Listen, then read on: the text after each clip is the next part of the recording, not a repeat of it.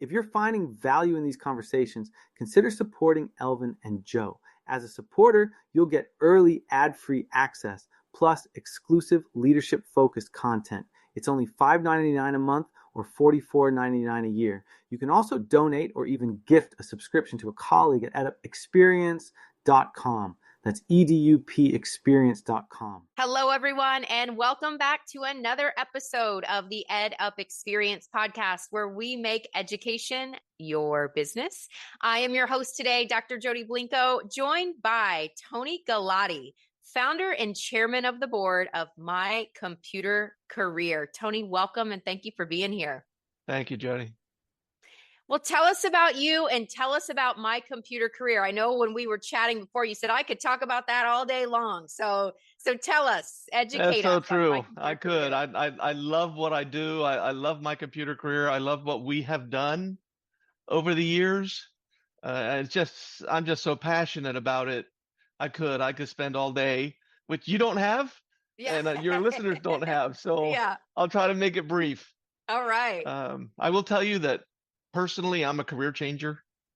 I went to college, did the whole 4-year degree that took me 6. Yeah. As I had 3 children while we were at college and worked my way through.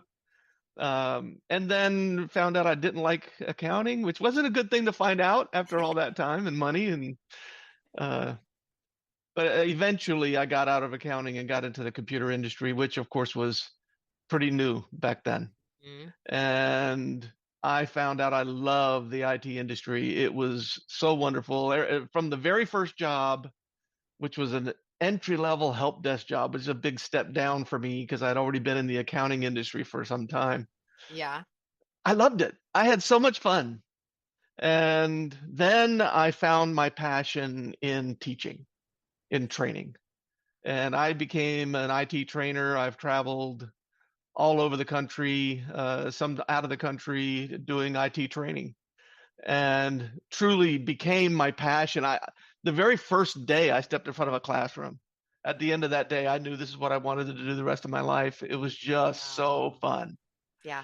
And so I did. I taught for many organizations, a couple of colleges, a lot of IT training organizations. I got a little bit frustrated, frankly, because I found that most of the people I was training for, all they really cared about was the money they were making. Mm-hmm. They didn't really have the focus on the success of the students, and that's where my heart was. Yeah.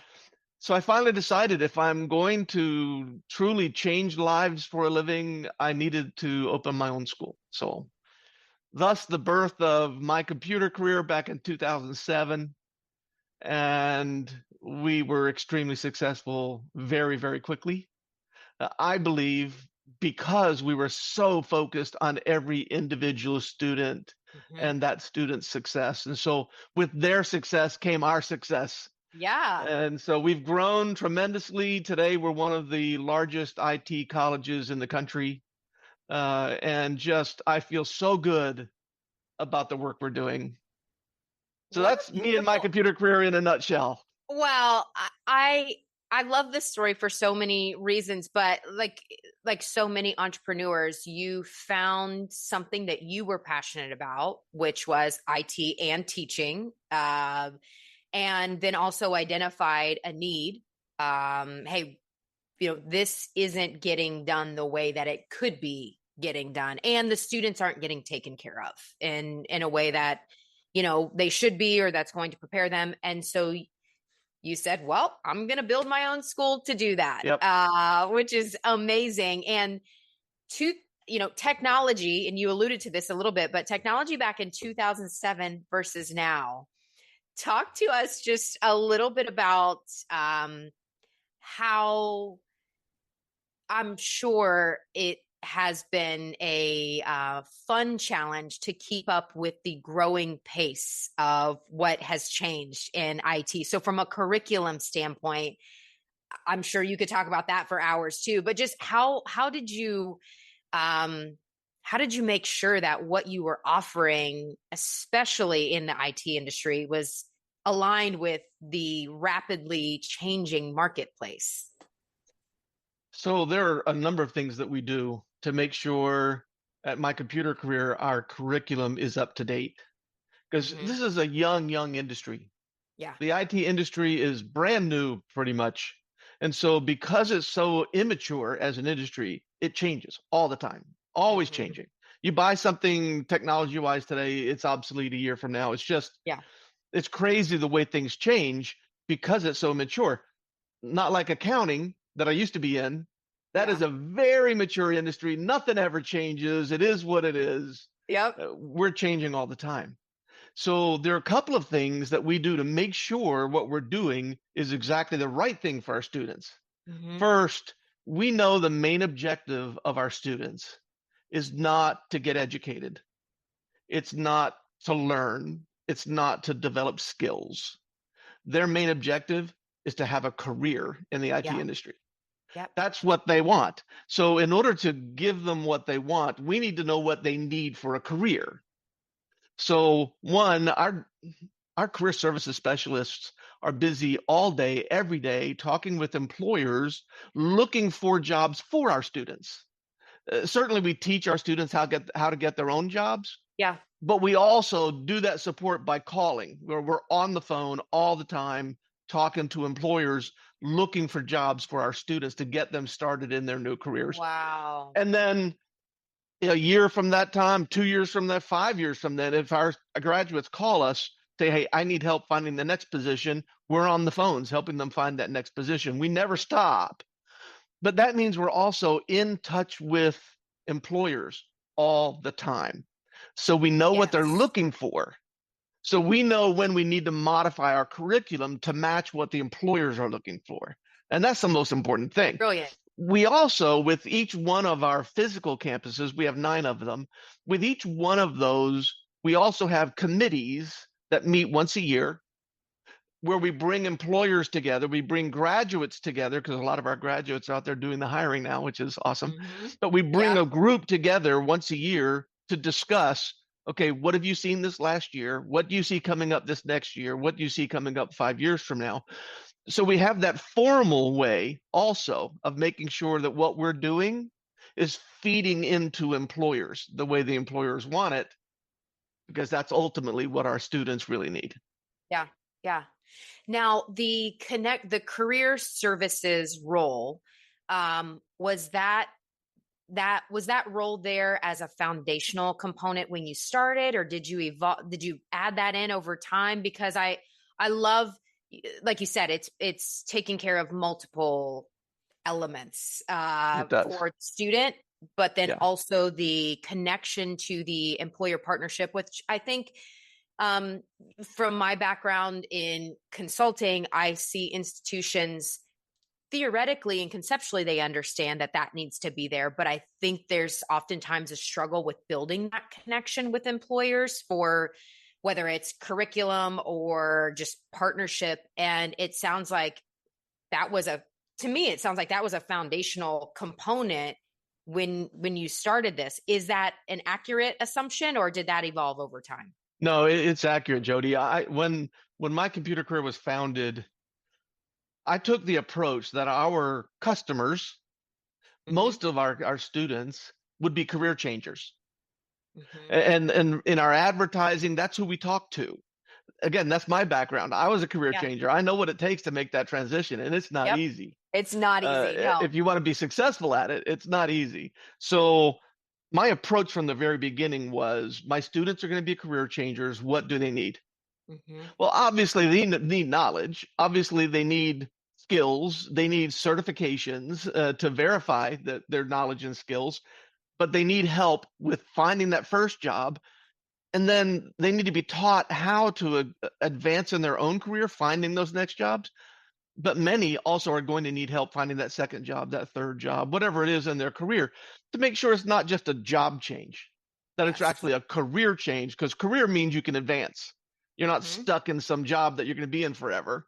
And so the career services component was always there. It was always first in my thoughts that is their end goal, because they're career changers. Now, we have a lot of students who already are in the IT industry. And so they don't need help finding that first job. but even they may need help finding the second one or Yeah. finding the next one that they need in their path. So Yeah. career services is valid for everybody, but I think it's essential for those who are making a career change. Now, if you look at a typical college, for example, when I graduated from college, they did have some employers who came to campus to do interviews, but not a lot. And it wasn't their focus to go out and find a job for us. They simply provided some employers who were willing to come to campus Mm-hmm. to talk to students. Yeah. For me, that was not nearly enough. I knew that our students coming in would need more help than just having some people show up to do Show up. interviews. Mm-hmm. So we help them develop their resumes. We sit down and do practice interviews with them so they know how to interview.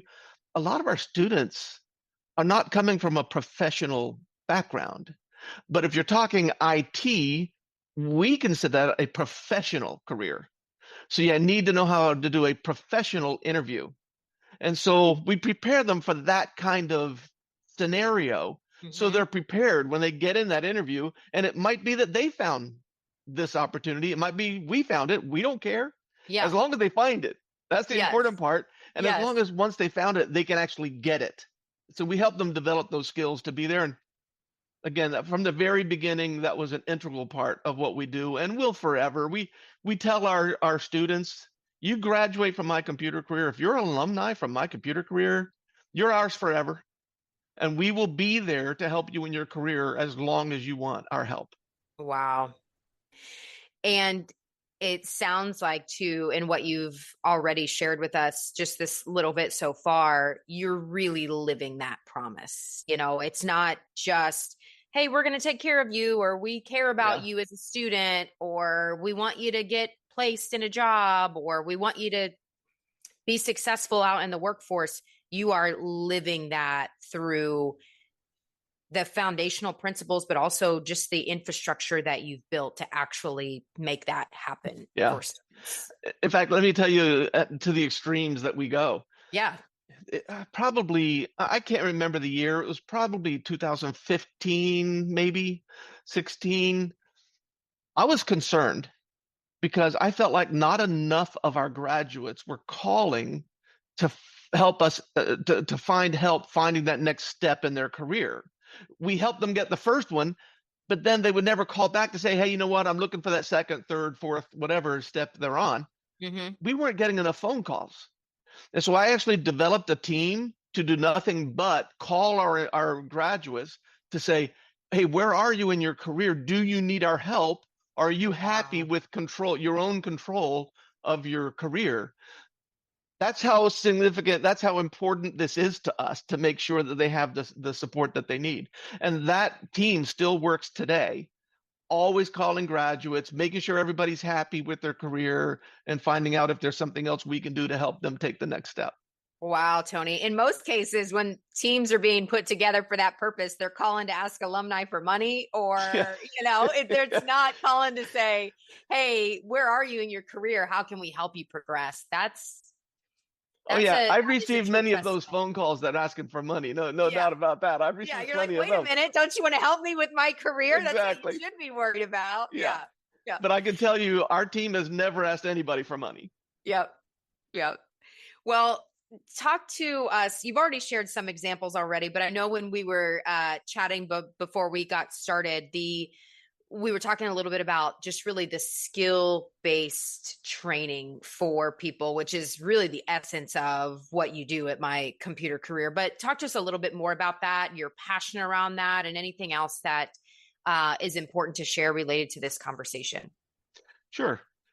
This might go back a ways, but there was a time when community colleges did what we do.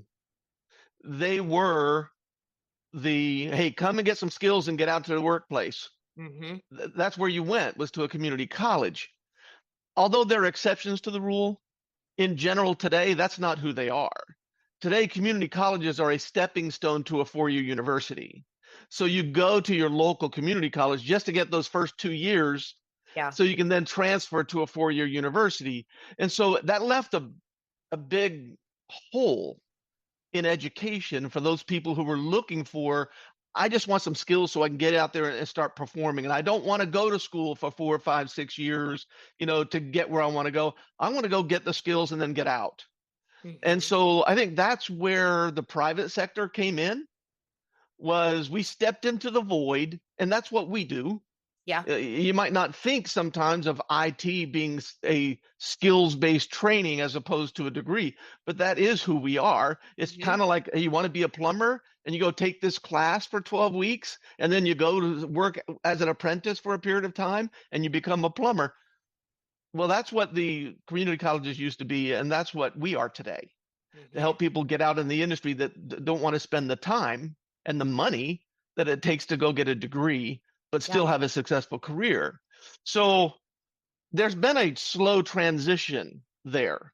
There was a time when, I should say, there's been a slow transition with employers, because employers in the IT industry, they used to look for degrees. That's all they cared about. Give me a degree. Yeah. You have your degree, you're in.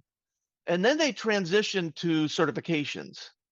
Okay, if you have these particular certifications that verify your skill set, we no longer need the college degree.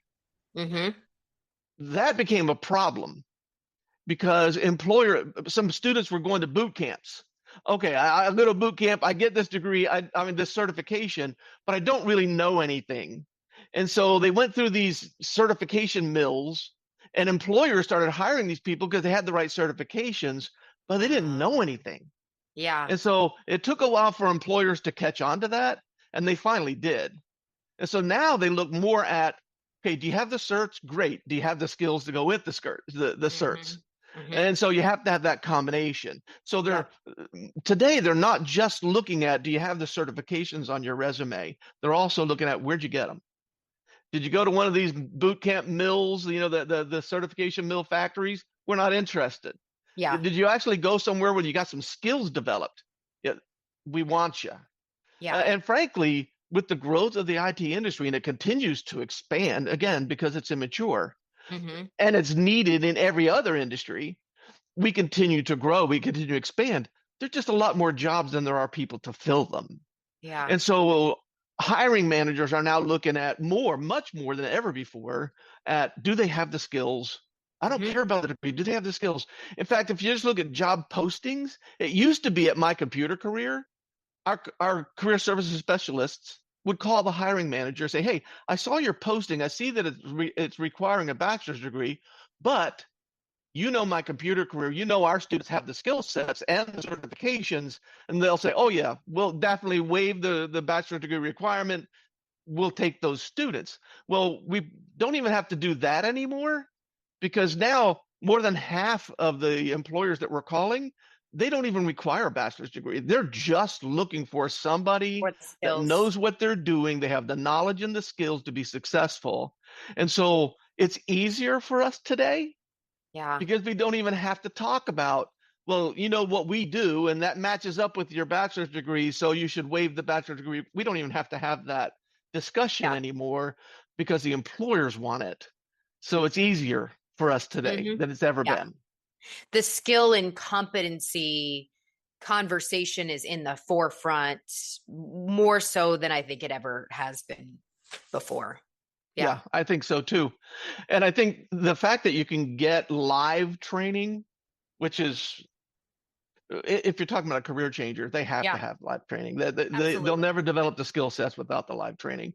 If you're talking about people who are already in the industry, it really depends on their background and their experience, whether they really need some live training or they can do things on their own. And we serve both.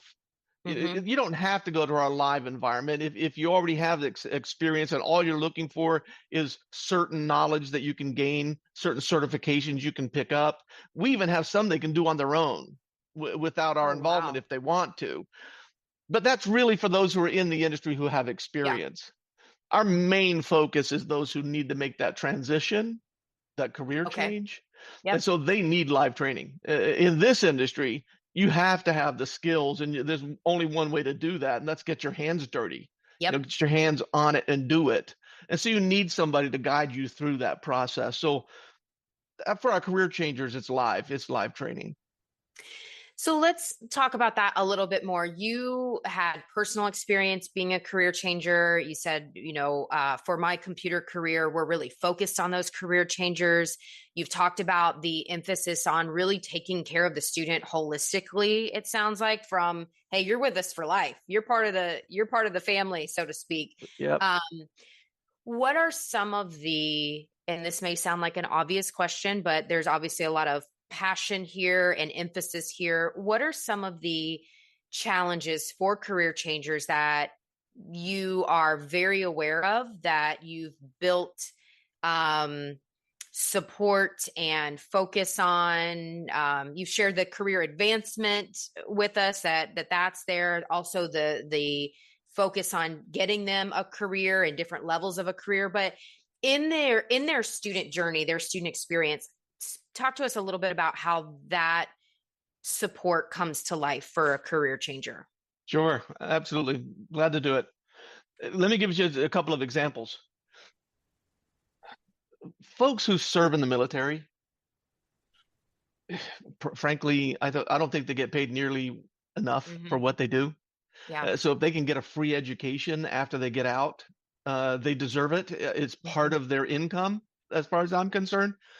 But that transition from being in the military and then having to make that career change and to get out into the civilian life, probably the most difficult career change you can make.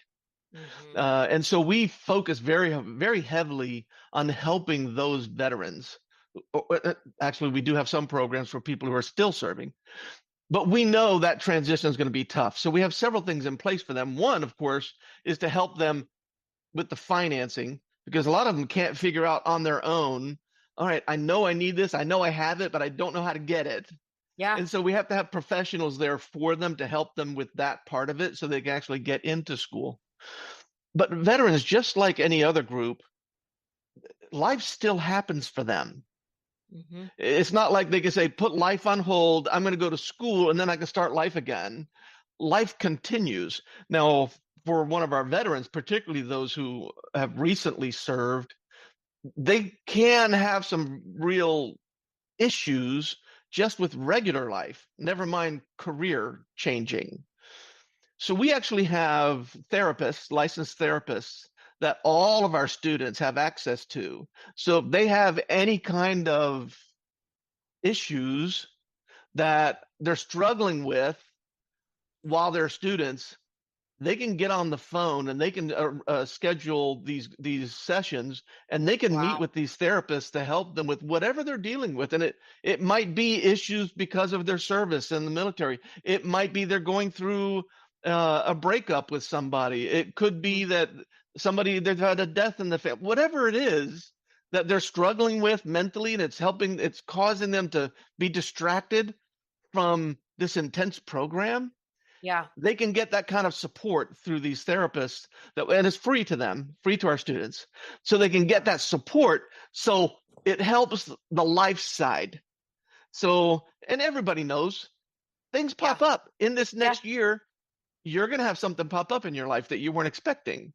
Yep. And then you're going to have to handle that. And it's not going to, you can't stop doing podcasts. You can't stop doing consulting. You have to still do that part of your life, but something's going to come up. Well, students who come here and go to school, they're either here for 12 weeks or 30 weeks or a year, depending on what program they're in. Something's going to pop up. Something's going to happen. And so they need more support, not just from an instructor, not just from career services. They may need specific help on the life experience. So we support them there. We also have a group of our employees who reach out on a regular basis just to touch base, not to say, hey, you need to do your homework here, you need to do this education-wise. It's just a touch to say, how are you? Are you okay? Are you struggling with anything? And then if they reply, say, hey, yeah, I could use a hand, they get involved first to see if they can help. And if not, then they refer them to these therapists, depending on the situation, so that we make sure that as life continues to happen, they can stay focused on changing their life. Yeah. I know sometimes it goes to the real extreme. I'll give you an example. And this has happened numerous times. I remember a student down on our Dallas campus. he went to our campus director and said, I've become homeless. I'm going to have to drop out. Mm-hmm. And our campus director said, let me see what I can do. You know what? There's a homeless shelter that's really close to campus. If you go there, they can help you temporarily for these kinds of needs. You're really close to graduation. If you can go there and then still come to class and we can get you to graduation and find that first job, we can get you out of your homeless situation, Yeah. and you'll be better prepared for the future. If that gentleman had dropped out, he would have been homeless with no hope of starting a new career Mm-hmm. or getting that first job. Excuse me. Yeah. I get a little bit emotional with some of this stuff. Ah. So he stayed. He was actually homeless while he finished his courses, but he got that first job and completely changed his life. And now he has a bright future because he hung in there. We believe that no matter what life throws at you, you can overcome it if you have the right support. Yeah. I happen to be a Christian, and I know not everybody is, Mm-hmm. but I firmly believe that God has his hands in everybody's lives, Mm-hmm. and that if we turn there for help, he'll help us directly. Often, he'll help us through somebody else, and we try to be that somebody else that he can work through to help you no matter what life throws at you.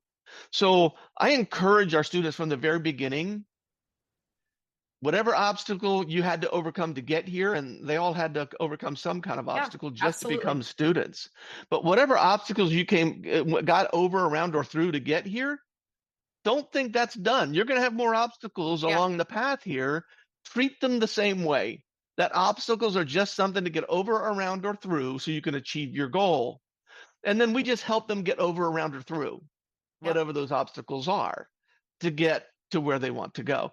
They have so many people here that just love them and want to support them to help them change their lives for the better, that whatever their obstacle is, we can find somebody that can help them through that obstacle to support them through this education.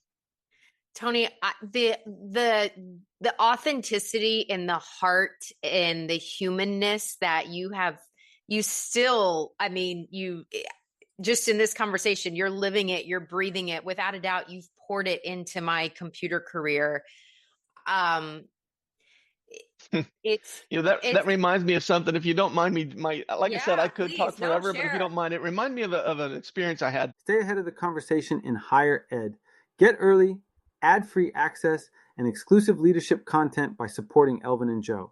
$5.99 per month or $44.99 a year. You can also donate or gift a subscription at edupexperience.com. That's edupexperience.com. We had just opened a new campus. This is years ago, but we had just opened a new campus, and I had met everybody on campus, all the new employees on campus, but one. And I went down there. I got all the employees together. We had a meeting with everybody, but then the meeting was over. The one gentleman I had not yet met, who was our assistant campus director, he came up and we spent some time just sitting and talking so we could get to know each other. And he asked me a question that pertains to what we're talking about. He said, you're the CEO, because I was at the time the CEO. Yeah, he said, you're the CEO of this large institution. How do you keep your focus on the individual student? And I didn't know how to answer the question. I had to think about it for a while, and until finally I realized why he was asking the question. Because for him, the CEO of some big organization, well, that's what they went to school for. That's what their focus was. That's what their desire was from the start. So they've worked their way to that point so they can now become the CEO. And the answer was, well, I didn't want to be a CEO. I've never wanted to run a large organization. That was never my desire or intent. Yeah.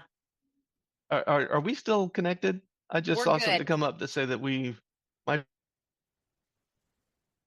okay. So I once I realized what he was talking about, I told him, I've never wanted to be a CEO. I didn't want this to be a gigantic company. I opened one campus. because I wanted to help people change their lives for the better. It Mhm. just so happened that we were able to grow, and now we can help more people. Yeah. But from the very beginning, the day we opened our doors, the focus was, how can we help every individual student? So that just has never changed. Yeah. It's not like one day I decided as the CEO, you know what, we better start focusing on students because it'll help us be successful. No, it was from the very beginning. It was the whole reason why the company even existed, why we even established the college. So, of course, as a CEO, why would I change? Why would I Yeah. have any different perspective today than I had back in 2007? And how do you ensure that you mentioned earlier there are 9 campuses? So, you're a large organization. How do you make sure that that same heart is infused all throughout? Because without a doubt, you've Yeah, I set up get it. As you infrastructure. grow, it's so Yeah. much harder, right? Yeah. It's easier to establish a culture when it's just a handful of people on one campus. Yeah. Yeah, I understand that it's so much more difficult, especially now when, yeah, we have 9 campuses, but most of our employees are remote Hmm. because most of our students are remote now. Hmm. And so maintaining the culture is more difficult today than it was back in the beginning. Yeah. One of the things that we have done to make sure we maintain the culture is we established core values that are not just core values on paper, but core values that guide all of our decisions. Hmm. And so we bring up those core values all the time in whatever meetings we're in with our employees. We're constantly referring back to our core values. And Hmm. then if we have to make a decision as a board of directors, we focus on our core values and make sure any decision we make matches up with the core values. For example, we believe that we always have to be ethical in everything we do. Hmm. It's not enough to be legal. And certainly we have to be legal, right? Yeah. Right. Well But said. ethical is a Yeah. choice. Yeah. You can be legal and not ethical. And we've Very decided, no, true. no, no. Very We true. are ethical. We are legal and ethical in everything that we do. So if something is in a gray area and we're not sure it's ethical, let's have the discussion. And we've had those Hmm. where I felt like, I think this is ethical. And somebody else said, I'm not sure it is. And so we get a group of people together and we discuss it until we finally decide, okay, so either we're all in agreement that it's ethical or we don't do it. If Hmm. anybody thinks that this isn't ethical, we're just simply not going to do it. We want to make sure that we follow that core value. We believe in customer first. So if something we're doing is putting the customer second, then it's not something we're going to do. We're going to make sure, and when we say customers, it can be a prospective student, a student, our alumni, it can be our employees, it could be the leadership, whoever they are. As the CEO, for example, I felt like it was my job to serve the senior leadership. That was my job. Their job was to serve the rest of the leadership and so on. Yep. Yep. And so if you have a servant mentality, it's easy to keep customer first. Hmm. And so we emphasize that. We decided that if we're going to do anything, we have to be able to do it with excellence.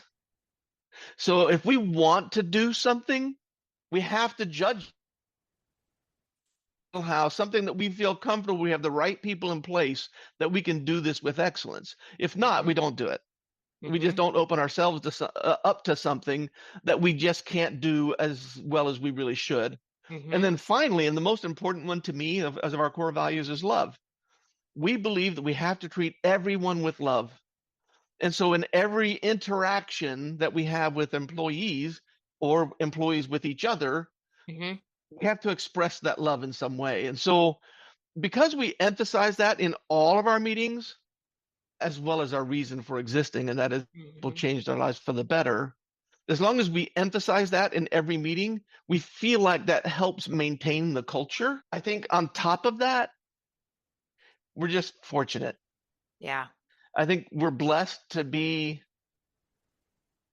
My one of my sons came to me when he was a senior in high school, and he said, I don't want to know. I don't know what I want to do the rest of my life. Can you help me?" And I said, "Okay, let me tell you what kind of career you're looking for. Find something that you're serving your community. Mhm. If you can find something that serves your community, you'll be happy. Find something that you can find passion in, that you can really become passionate about. Or if you're already passionate in something, find a way to implement that in your career. And then third, find somebody who's willing to pay you well for it. And finding all three of those is hard. Yes, it is. If you find something that pays well, it doesn't necessarily contribute to society, and it may not be passionate, but it pays well, so I'm Yeah, going for might it. not make you happy It might. either. Yeah. I'm sorry. It I was it might be that yeah. you find something that, hey, it really helps the community, and I love what I'm doing, but it doesn't pay anything. Yeah. So if you can find the trifecta, well, that's what we have. Yeah. Every employee that works for my computer career, they're getting paid well. They're serving their brothers and sisters, their community, um, and they love what they're doing. How could Mhm. you not? You're changing Right. lives for a living. You're Right. changing lives for the better. So with those three things combined that all of our employees get to experience, it also helps maintain the culture Yeah. because we're just very fortunate to be where we are, doing what we're doing, serving God's children. Well, and I think too, you shared this just a second ago. You are serving from the top down, so you're serving internally just as much as you are serving externally. And by nature of that, because you're taking care of your team internally, they that feeling of I'm being taken care of, I'm here to take care of others. It really has that ripple effect all the way through. And I think, oftentimes there's a disconnect of we have to take care of externally, but there's a missing link with taking care of the internal. And so somewhere it falls short. And I love that you talked earlier too about going and visiting campuses and meeting with staff and meeting employees and just being visible, that that act of presence is in its own right an act of love. Like, you matter enough for me to show up here and give you my time and have conversation and just exchange presence with you. I mean, that all by itself is an act of service. And so it just speaks volumes. And Oh, that's thank you. true. Thank you. I look at it that way. And back when I was the CEO, I used to visit the campuses, not just to visit employees. I used to step in all the classrooms and Wow. have a session with our students and just talk to them a little bit about their experience and how they're doing, what they can expect next, and kind of help them. I don't know, take to heart that, hey, you have any problems, you have any issues, you have any obstacles, you can get over, around, or through them. You want to make sure you change your life for the better. So let's help you get over, around, or through those obstacles. So I used to enjoy that immensely. Mm-hmm. And then I'll tell you one other thing we did. I went to my marketing director and I told him, I want you to set something up so any of our students who ever want to communicate directly with me can do that. So set up a web page so that any of our students can go to that web page. They can type in anything and communicate directly with me. And I promise I will read every single one. And if they want a response, I will respond to every single one. And he said, Wow. oh, you don't want to do that. You don't want to do that. He said, you're going to have, oh, I broke my pencil. What can you do about it? That kind of he said, people will communicate negative things 10 times more than they'll communicate a positive. And I said, I don't care. I don't care if it's a broken pencil. I don't care if they want to just praise their instructor. Whatever it is, I want them to know that if they want to, they can communicate directly with me. So we instituted it. We get a lot of praise from our students who just communicate with me to specialist, or I have the best instructor I have ever known, or those kinds of things. They praise a lot, but I do get a lot of broken pencils. Yeah. And that's okay with me. Yeah. Because whatever they need, I want to make sure somebody is there to give them support. So it's true that although I do respond to everyone, I'm not the one who actually then gets on the phone with them or goes and meets Right. them. I always assign somebody else to do that to make sure they Yeah. get the support they need. But at least we know they need some support. Mm-hmm. so that we can step in and serve them however we can. Yeah. Yeah. And that feeling of people being seen and heard and understood, that all by itself is worth its weight in gold. So, It well, makes a huge difference to the student. absolutely. Absolutely. And I think again, when I work with institutions through that student journey experience, that's oftentimes what we're talking about is how are you connecting? How are you humanizing this process? And while automation is here and it's here to stay and it's important, there are things that need to be automated. It's not an either or an or, it's an and for sure. But that human element, no matter what happens, that will never go away. We are all human beings. And so humanizing your process for your students, your prospective students, your staff, if we don't have that figured out, it's going to show up somewhere. It will manifest itself in some way. So I just have so much appreciation for your philosophy and the culture and what you've built and your story of where you came from, the core of what it was built to do, and that you haven't changed that has stayed true all these years. So thank you for being here today. And I don't know if there's anything that we haven't gotten to that you really wanted to share. So I want to give you that opportunity now, but before we wrap up. Sure. And I know this may or may not apply to half your listeners, but I truly believe that God cares about what we do in this industry. Education is so critical to the success that people can experience in their lives. The more education they have, the better opportunities they'll have. Yeah. The more education they have, the more likely they are to achieve their financial goals in life. So when it comes to education, to serve people well, I believe we really want to make sure God is involved in what we do. So, for example, well, we're a private company, so I can do this, but we regularly have in our leadership meetings, we open with a prayer to invite God to be in attendance and to guide us and help us with what we're doing, because we're trying to serve his children the best way we possibly can. And I believe that he does, that he helps us so that we can serve the best we can so that his children can benefit from that.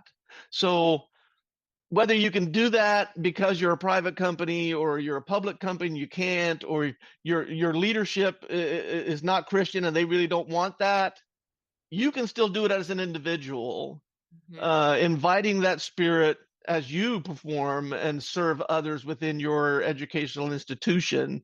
And if you do that, I truly believe you will serve better, you will touch people better, you will be more loving, you will serve people better than you otherwise would have. And so I would encourage that.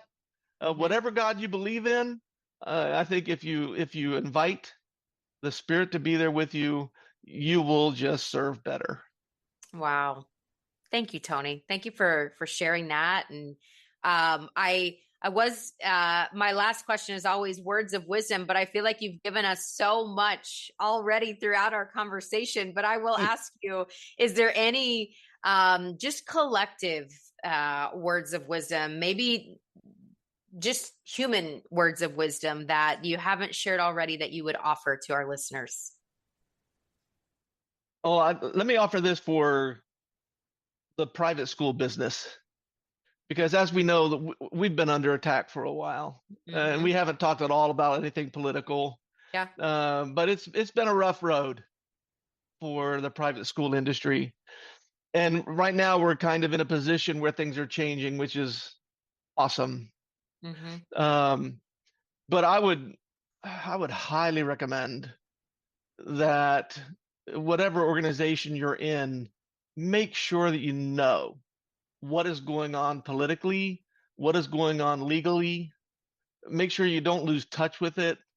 Sometimes when you get one of these stages where, oh, you can take a break because they're, the people who are in office aren't after us anymore, it's easy to relax, and we can't. Yeah. We can't relax because the time's going to come when somebody is going to come after us again. So during this time that we can take a breather, we should be working very hard to prepare ourselves as schools and as an industry for the time when that rolls around again. So stay in touch with it, have expectations. I think the expectations you should have are probably worse than the actual happen, so that you can prepare for the worst. Yeah. And then the Prepare worst for will the never worst, yeah. happen, and you'll be in great shape. So those are the only other words of wisdom I might impart is let's not take a break. If you're in the private school industry, now's the time to prepare for a better future. Well said. And a great place to end a fantastic conversation. There was so much here, Tony. I know that there's a ton of value for our listeners from every angle and for every human, the human element that you brought to this discussion, which I, again, so appreciate. So, well, thank you, Jody. This has been so much fun for me. I envy you. Your job must be so much fun. I would love doing what you're doing. This has this been is a great. Thank you so blast. much. It really is. I love having these conversations. And more importantly, I really enjoy hearing, and I've shared this with you, I'll say it again, just the heart of the work that you're bringing to your employees, to students through My Computer Career, and the impact that it is making. Oftentimes in higher ed, we talk about changing lives. And while I fully believe that we do, I think you see the real-time impact through the skill development that you're doing and how that's carrying forward to the individual, to the world, the examples that you shared of the students where you see that in real time. And that really is what it's all about, that service in that way. So thank you, Tony. Thank you, everyone, for listening to this episode of the EdUp Experience. Our guest today, Tony Galati, founder and chairman of the board of My Computer Career. We will be back again soon with another episode. Until then, you've just been EdUp. Support the podcast trusted by higher ed leaders. Get early, ad-free access, and exclusive leadership content by supporting Elvin and Joe for only $5.99 a month or $44.99 a year. You can also donate or gift a subscription at edupexperience.com. That's edupexperience.com.